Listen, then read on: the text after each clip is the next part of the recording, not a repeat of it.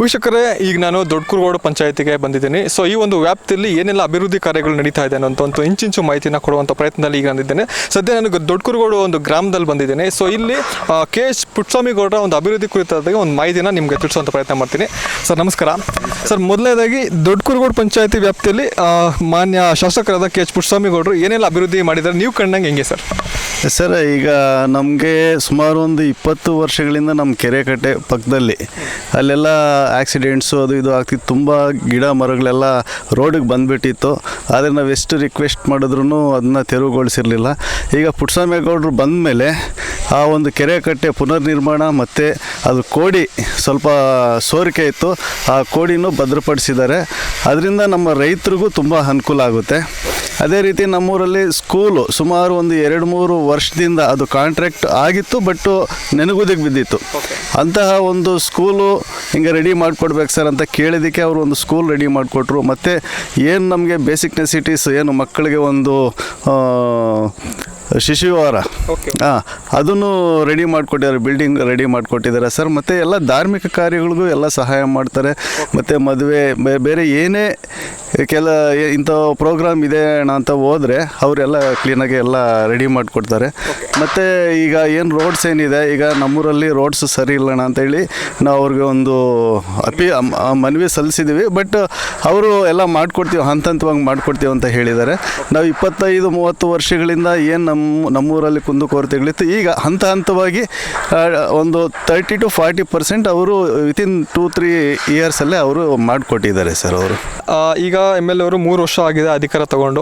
So ಇನ್ನು ಮುಂದಿನ ದಿನಗಳಲ್ಲಿ MLA ಅವರ ದೂರದೃಷ್ಟಿಕೋನ ಯಾವ ಥರ ಇರ್ತದೆ ಮತ್ತು ಅವರ ಆಡಳಿತ ವೈಖರಿ ನೀವು ಕಂಡ ಹೆಂಗಿದೆ ಅಂತ ಸರ್? ಅವರು ಈಗ ಸುಮಾರು ಏನು 20-25 ವರ್ಷ 30 ವರ್ಷಗಳ ಕಾಲ ಏನು ನಮಗೆ ಅಂಡರ್ ಡೆವಲಪ್ಮೆಂಟ್ ಏನಿತ್ತು, ಈಗ ರೋಡ್ಸು ಅದು ತುಂಬ ಟ್ರಾನ್ಸ್ಪೋರ್ಟೇಷನ್ಗೆಲ್ಲ ತುಂಬ ಇಂಪಾರ್ಟೆಂಟು. ಈಗ ನೀವು ಎಲ್ಲೇ ಹೋಗಿ ನಮ್ಮ ತಾಲೂಕಲ್ಲಿ ಇಷ್ಟು ವರ್ಷಗಳಿಗೆ ಕಂಪೇರ್ ಮಾಡಿದ್ರೆ ಈಗ ತುಂಬ ಅಭಿವೃದ್ಧಿ ಆಗ್ತಾಯಿದೆ. ಮತ್ತು ಪ್ರತಿಯೊಂದು ಕೆರೆಗಳೂ ಅಷ್ಟೇ, ಕೆರೆ ಕಟ್ಟೆ ಮಾಡಿಸೋದು ಮತ್ತು ಪ್ರತಿಯೊಂದು ಹಳ್ಳಿಗೂ ಒಂದು ರೋಡ್ ಕನ್ವೀನಿಯನ್ಸ್ ತುಂಬ ಕೊಡ್ತಾ ಇದ್ದಾರೆ. ಮತ್ತು ಇನ್ನು ಇಂಡಸ್ಟ್ರಿಯಲ್ ಏರಿಯಾ ಅಂತ ಬಂದಾಗ ಅವರು ಯಾವುದೇ ಒಂದು ರೆಡ್ ಝೋನ್ ಇಂಡಸ್ಟ್ರೀಸ್ನ ನಾವು ತರೋದಿಲ್ಲ ಅಂತೇಳಿ ನಮಗೆಲ್ಲ ಮಾತು ಕೊಟ್ಟಿದ್ದಾರೆ. ಅವ್ರು ಬಂದಾಗಿಂದ ಯಾವುದೇ ಒಂದು ರೆಡ್ ಝೋನ್ ಇಂಡಸ್ಟ್ರೀಸ್ ಬಂದಿಲ್ಲ, ತರಕ್ಕೆ ಬಿಟ್ಟಿಲ್ಲ. ಮತ್ತು ಈಗ ಒಂದು 6 ರೆಡ್ ಝೋನ್ ಇಂಡಸ್ಟ್ರಿ ನಮ್ಮ ಮೊದಲು ಏನು ಮಾಡಿದ್ದಾರೆ ಅವರ ಒಂದು ಪೀರಿಯಡಲ್ಲಿ ಬಂದಿದೆ. ಅದರಿಂದ ನಮ್ಮ ಒಂದು ಸುತ್ತಮುತ್ತಲಿನ ವಾತಾವರಣನೂ ತುಂಬ ಕಲುಷಿತ ಆಗಿದೆ. ನಾನು ಸುಮಾರು ಸಲ ಒಂದು NGTವರೆಗೂ ನಾನು ಲೆಟರ್ಸ್ ಎಲ್ಲ ಕಳಿಸಿದ್ದೀನಿ. ಹಿಂಗೆ ಏನು ಏರ್ ಪೊಲ್ಯೂಷನ್ ಆಗ್ತಾಯಿದೆ, ಅದ್ರ ಬಗ್ಗೆ ನೀವು ಕಂಟ್ರೋಲಿಗೆ ತಗೊಳ್ಳಿ, ಅದು ಏನು ಫಾರ್ಮಾಲಿಟೀಸ್ ಇದೆ ಅದನ್ನ ಮಾಡೋಕ್ಕೆ ಇಂಡಸ್ಟ್ರೀಸ್ಗೆ ಡೈರೆಕ್ಷನ್ಸ್ ಕೊಡಿ ಅಂತ ಹೇಳಿದ್ದೀವಿ. ಬಟ್ ಯಾವುದೇ ಒಂದು ಇದು ಮಾಡಿಲ್ಲ ಅವರು. ಏನು ಪ್ಯಾರಾಮೀಟರ್ಸ್ ಏನಿದೆ ಆ ರೀತಿ ಅವರು ಮಾಡದೇ ಇರೋದ್ರಿಂದ ಈಗ ನಮ್ಮ ಸುತ್ತಮುತ್ತಲಿನ ವಾತಾವರಣನೂ ಆ ರೆಡ್ ಝೋನ್ ಒಂದು 5-6 ಇಂಡಸ್ಟ್ರೀಸ್ ಇರೋದ್ರಿಂದ ತುಂಬ ಕಲುಷಿತವಾಗಿದೆ. ನಾವು ಈಗ ಪ್ರೆಸೆಂಟ್ MLA ಅವ್ರಿಗೂ ಅದ್ರ ವಿಚಾರವಾಗಿ ಹೇಳಿದ್ದೀವಿ, ಅವರೂ ಆ್ಯಕ್ಷನ್ ತೊಗೊತೀವಿ ಅಂತ ಹೇಳಿದ್ದಾರೆ. ಅದೇ ರೀತಿ ಈಗ ಅವರು ಅಷ್ಟೇ ಯಾವ ಇಂಡಸ್ಟ್ರೀಸು ಅಂದರೆ ಈಗ ಏನು ಮೊನ್ನೆ ತಾನೇ ಒಂದು ಗಾರ್ಮೆಂಟ್ಸು ಅವರು ಓಪನಿಂಗ್ ಬಂದಿದ್ದರು ನಮ್ಮ MLA ಅವರು ಹೇಳಿದ್ರು, ಇಂತಹ ಇಂಡಸ್ಟ್ರೀಸೇ ಬೇಕು ನಮಗೆ, ಯಾವುದೇ ಕಾರಣಕ್ಕೆ ವಾತಾವರಣ ಕಲುಷಿತ ಆಗೋವಂಥ ಇಂಡಸ್ಟ್ರಿ ನಾನು ತರಲ್ಲ, ಮುಂದೆ ಒಳ್ಳೆ ಒಂದು ಕೈಗಾರಿಕೆಗಳನ್ನ ನಾನು ತಗೊಂಡು ಬರ್ತೀನಿ, ಅದು ಜನರಿಗೆ ಅನುಕೂಲ ಆಗಬೇಕು, ಜಾಬು ಕ್ರಿಯೇಟ್ ಆಗಬೇಕು ಅನ್ನೋ ಒಂದು ಮಾತನ್ನು ಹೇಳಿದ್ದಾರೆ ಅವರು. ಈಗ 1000 ಎಕರೆ ಮತ್ತು 1000 ಎಕರೆ ಈಗ 4ನೇ ಸ್ಟೇಜ್ಗೆ ಅದು KIDB ಗ್ರ್ಯಾಂಟ್ ಅಕ್ವಿಜೇಷನ್ ಮಾಡ್ತಾ ಇದೆ. ಅದರಲ್ಲೂ ಅಷ್ಟೇ ಈಗ ಎಲ್ಲ ಏನಿದೆ ಈಗ ಓವರಾಲು ತಾಲೂಕಿನ ಸಮಗ್ರ ಅಭಿವೃದ್ಧಿ ಏನಿದೆ ಇವ್ರು ಬಂದ ಮೇಲೇ ಅದು ನಡೀತಾ ಇರೋದು.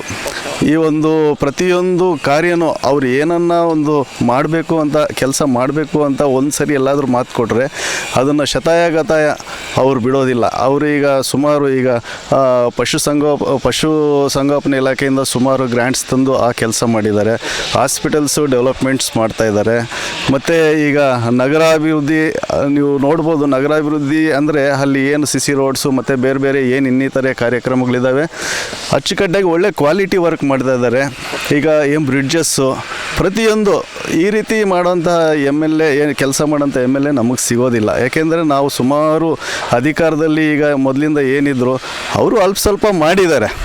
ಆದರೆ ಈಗ ಈ ಎಮ್ ಎಲ್ ಎ ಬಂದ ಮೇಲೆ ವಿತಿನ್ ಸ್ಪ್ಯಾನ್ ಆಫ್ 2-3 ವರ್ಷದಲ್ಲೇ ಇಷ್ಟು ಡೆವಲಪ್ಮೆಂಟು ಈ ಒಂದು ಡ್ರಾಟ್ ಪೀರಿಯಡಲ್ಲಿ, ಅಂದರೆ ಇಂಥ ಪಂಚ ಗ್ಯಾರಂಟಿಗಳು ಕೊಟ್ಟಂತಹ ಈ ಸರ್ಕಾರ ಪಂಚ ಗ್ಯಾರಂಟಿಗಳು ಕೊಟ್ಟಂತಹ ಸಂದರ್ಭದಲ್ಲಿ ಇಷ್ಟು ವರ್ಕ್ ಮಾಡೋದು ನೀವು ಸುಮಾರು 224 ಕ್ಷೇತ್ರಕ್ಕೂ ಹೋಗಿ ನೀವು ಓಡಾಡ್ಕೊಂಡು ಬನ್ನಿ, ಅಲ್ಲೆಲ್ಲಿ ಇಷ್ಟು ಡೆವಲಪ್ಮೆಂಟು ಆಗಿಲ್ಲ.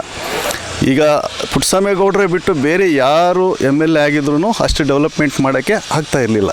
ಸರ್ ಇಷ್ಟೆಲ್ಲ ಅಭಿವೃದ್ಧಿಗಳು ಮಾಡಿದಾರಲ್ಲ, ನಮ್ಮ ಎಮ್ ಎಲ್ ಎ ಅವರಿದಾರಲ್ಲ, ಯಾವುದೇ ಒಂದು ಪಬ್ಲಿಸಿಟಿ ತಗೊಳ್ಳಲ್ಲ. ಯಾಕೆಂದರೆ ಅವರ ಒಂದು ದೊಡ್ಡ ಗುಣನೇ ಅದು. ಯಾಕೆಂದರೆ ಪಬ್ಲಿಸಿಟಿ ತಗೊಂಡು ನಾವೇನೋ ತೋರಿಸ್ಕೋಬೇಕು ಅನ್ನೋದೇನಿಲ್ಲ. ಅವರು ಒಂದೇ ಉದ್ದೇಶ, ನಾನು ಈ ಕ್ಷೇತ್ರಕ್ಕೆ ಬಂದಿದ್ದೀನಿ, ಇದು ನನ್ನ ಕರ್ಮಭೂಮಿ, ಈ ಒಂದು ಕರ್ಮಭೂಮಿಯಲ್ಲಿ ನಾನು ಏನೇನು ಮಾಡಬೇಕು ಅದನ್ನೆಲ್ಲ ಜನರಿಗೆ ಏನೇನು ಒಳಿತಾಗಬೇಕು ಪ್ರತಿಯೊಂದು ಅಭಿವೃದ್ಧಿ ಕಾರ್ಯ ಮಾಡೇ ಹೋಗ್ತೀನಿ ಅಂತ ಶಬ್ದ ಮಾಡಿದ್ದಾರೆ. ಅದನ್ನು ಮಾಡೇ ಮಾಡ್ತಾರೆ. ಅವರು ಆ ಉದ್ದೇಶ ಇಟ್ಕೊಂಡು ಬಂದಿರೋದ್ರಿಂದನೇ ಇದುವರೆಗೂ ಯಾರು ಅವ್ರ ಮೇಲೆ ಯಾವುದೇ ಆಫೀಸರ್ಸ್ ಕೂಡ ಕಂಪ್ಲೇಂಟ್ ಮಾಡಿಲ್ಲ. ಯಾಕೆಂದರೆ ಅವ್ರ ಉದ್ದೇಶ ಒಂದೇ, ಏನು ಕ್ಷೇತ್ರದ ಅಭಿವೃದ್ಧಿ, ಸಮಗ್ರ ಅಭಿವೃದ್ಧಿನೇ. ಮತ್ತು ಎಲ್ಲ ಏನು ಈಗ ನೀವು ಕೆಲವೆಲ್ಲ ಸೊಸೈಟಿಗಳು ನೋಡ್ಬೋದು, ಅವ್ರದ್ದೇ ಬರ್ತಾಯಿದೆ.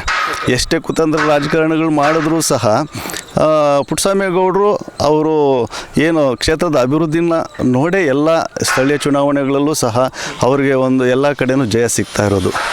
ನಿಮ್ಮ ಪ್ರಕಾರ ಇನ್ ಫ್ಯೂಚರ್ ಪುಟ್ಟಸ್ವಾಮಿಗೌಡರು ಒಂದು ಒಳ್ಳೆ ಲೀಡ್ರು ಅಥವಾ ಒಳ್ಳೆ ಮಿನಿಸ್ಟರ್ ಆಗುವಂಥ ಭರವಸೆ ಏನಾದರೂ ಇದೆಯಾ? ಯಾಕೆಂದರೆ ಪುಟ್ಟಸ್ವಾಮಿಗೌಡರು ಸ್ವಾತಂತ್ರ್ಯ ಅಭ್ಯರ್ಥಿ, ಅವರು ಒಳ್ಳೆ ಮಿನಿಸ್ಟರ್ ಆಗ್ಬೋದು. ಅವ್ರಿಗೆ ಒಳ್ಳೆ ಮಿನಿಸ್ಟರ್ ಆಗುವಂತಹ ಎಲ್ಲ ಒಂದು ಲಕ್ಷಣಗಳು ಇದೆ. ಯಾಕೆಂದರೆ ಅವರ ಒಂದು ಅವರ ಕಾರ್ಯವೈಖರಿ ನೋಡಿ ಇಷ್ಟೊತ್ತಿಗೆ ಅವ್ರಿಗೆ ಒಂದು ಮಿನಿಸ್ಟ್ರ್ ಕೊಡಬೇಕಾಗಿತ್ತು.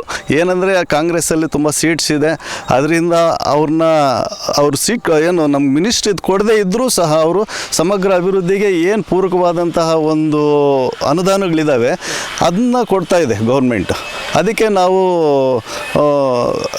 ಪುಟ್ಟಸ್ವಾಮಿಗೌಡರು ಸಹ ಅದೇ ರೀತಿ ಕೆಲಸ ಮಾಡ್ತಾ ಇದ್ದಾರೆ ನಮ್ಮ ಕ್ಷೇತ್ರದಲ್ಲಿ. ಸರ್, ನೀವು ನೋಡಿದಂಗೆ ಎಮ್ ಎಲ್ ಎ ಅವರು ಏನೇನೆಲ್ಲ ಡೆವಲಪ್ಮೆಂಟ್ ಮಾಡ್ತಿದ್ದಾರೆ, ಎಮ್ ಎಲ್ ಎ ಅವರ ಕೆಲಸಗಳು ನಿಮ್ಗೆ ಏನು ಅನಿಸಿದೆ ಸರ್?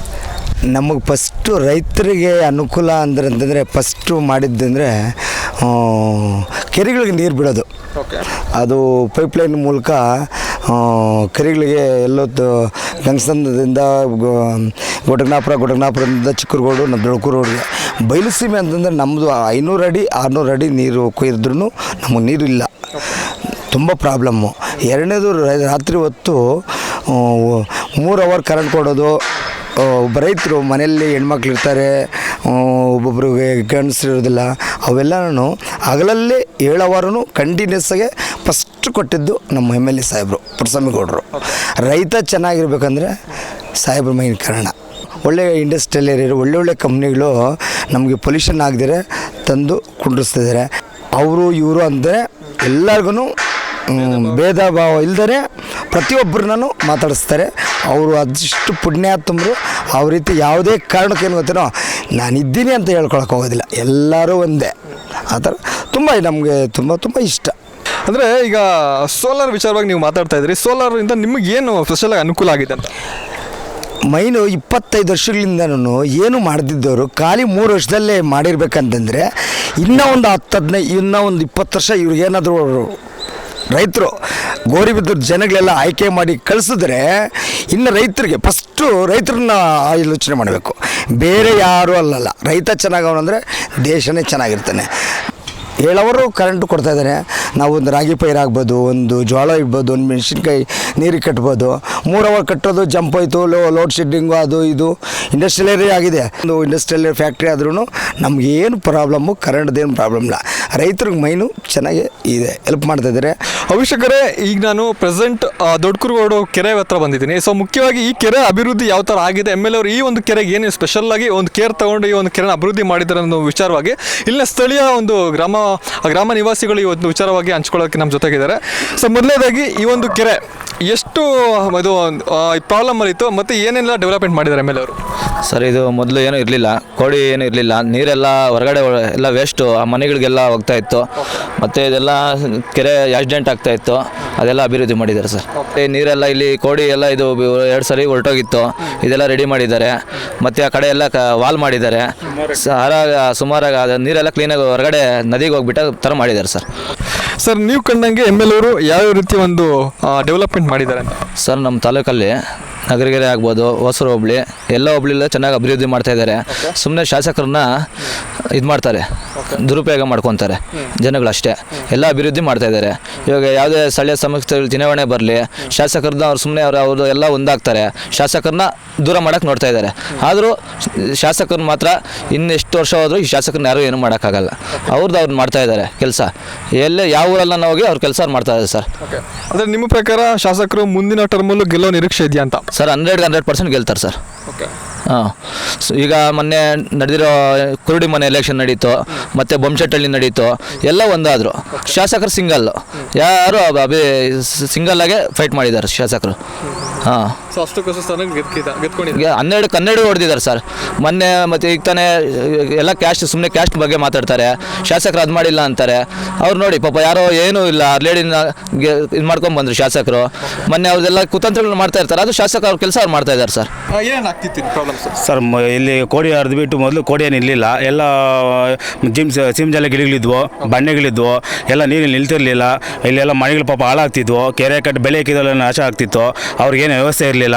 ನಮ್ಮ ಹತ್ರ ನಮ್ಮ ಸರ್ ರಂಗ ಸರ್ ಹೋಗ್ಬಿಟ್ಟು, ಸರ್ ಈ ಥರ ನಮ್ಮ ಪರಿಸ್ಥಿತಿ ಇದೆ, ಈ ಥರ ನಮ್ಮ ಊರು ತೊಂದರೆ ಆಗ್ತಿದೆ, ಇದನ್ನು ಏನೇ ಒಂದು ಅಭಿವೃದ್ಧಿ ಕೆಲಸ ಮಾಡಿಕೊಡಿ ಅಂದರು. ಅವ್ರು ತಕ್ಷಣ ಅದು ಅವ್ರ ಮೈಂಡಿಗೆ ತೊಗೊಂಡು ಇಮಿಡಿಯೇಟ್ಲಿ ಅವ್ರು ಏನು ಬೇಕು ನಿಮ್ಮ ಊರಿಗೆ ಪರಿಸ್ಥಿತಿಯನ್ನು ತಿಳ್ಕೊಂಡು ಅವ್ರ ಮೈಂಡ್ ತೊಗೊಂಡು ಸರ್ಕಾರದಿಂದ ಅವರು ಏನು ಅವ್ರು ಇದು ಬರುತ್ತೋ ಅವ್ರ ಕೈಯಿಂದನೇ ನಮ್ಗೆ ಗೊತ್ತಿಲ್ಲ, ನಮ್ಮ ಅಭಿವೃದ್ಧಿ ನಮ್ಮ ಕೆಲಸ ಮಾಡಿಕೊಟ್ಟಿದ್ದಾರೆ ಸರ್ ನಮ್ಮ ಶಾಸಕರು. ಸೊ ಈಗ ಪ್ರೆಸೆಂಟ್ ಕೆರೆ ಪರಿಸ್ಥಿತಿ ಇಷ್ಟು ಚೆನ್ನಾಗಿದೆ ಮತ್ತು ಯಾವುದೇ ಒಂದು ಅನಾಹುತಗಳು ಆಗ್ತಿಲ್ಲ? ಇಲ್ಲ ಸರ್, ಮೊದಲು ಅನಾಹುತ ಆಗ್ತಿತ್ತು, ಈಗೆಲ್ಲ ಫುಲ್ಲು ಟರ್ನಿಂಗಲ್ಲಿ ಜಾಲಿಗಳೆಲ್ಲ ಇತ್ತಿತ್ತು.